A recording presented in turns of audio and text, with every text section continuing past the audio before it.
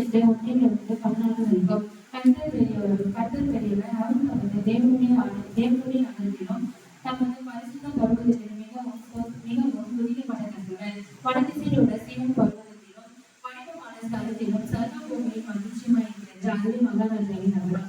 அதன் அரண்மனைகளின் தேவன் உயர்ந்த அடைக்கலமாக அறியப்பட்டிருக்கிறார். ஏதோ ராஜாக்கள் கூடி வந்து ஏகமாய் கடந்து போனார்கள். அவர்கள் அதை கண்டபோது பிரமித்து கலங்கி விடைத்தோடி போனார்கள்.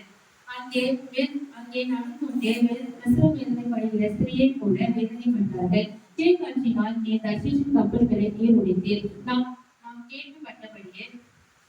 கேள்விப்பட்டபடியே நமது தேவனுடைய நகரமாகிய சேனைகளின் கர்த்தருடைய நகரத்திலே அதை கண்டோம்.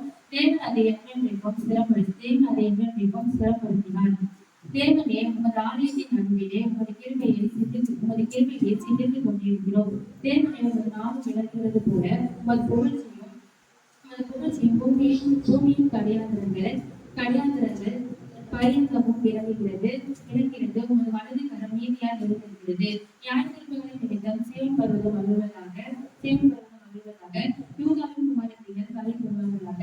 சீயோனை சுற்றியுள்ளாண்டி அதன் கொப்பளிகளை எங்கள் பிற்பகல் சண்டைகளுக்கு நீங்கள் விவரிப்பதற்காக அதன் அரண்களை சுற்றி அரண்களை கவனித்து அந்த அரண்மனைகளை சுற்றி பாருங்கள். இதோ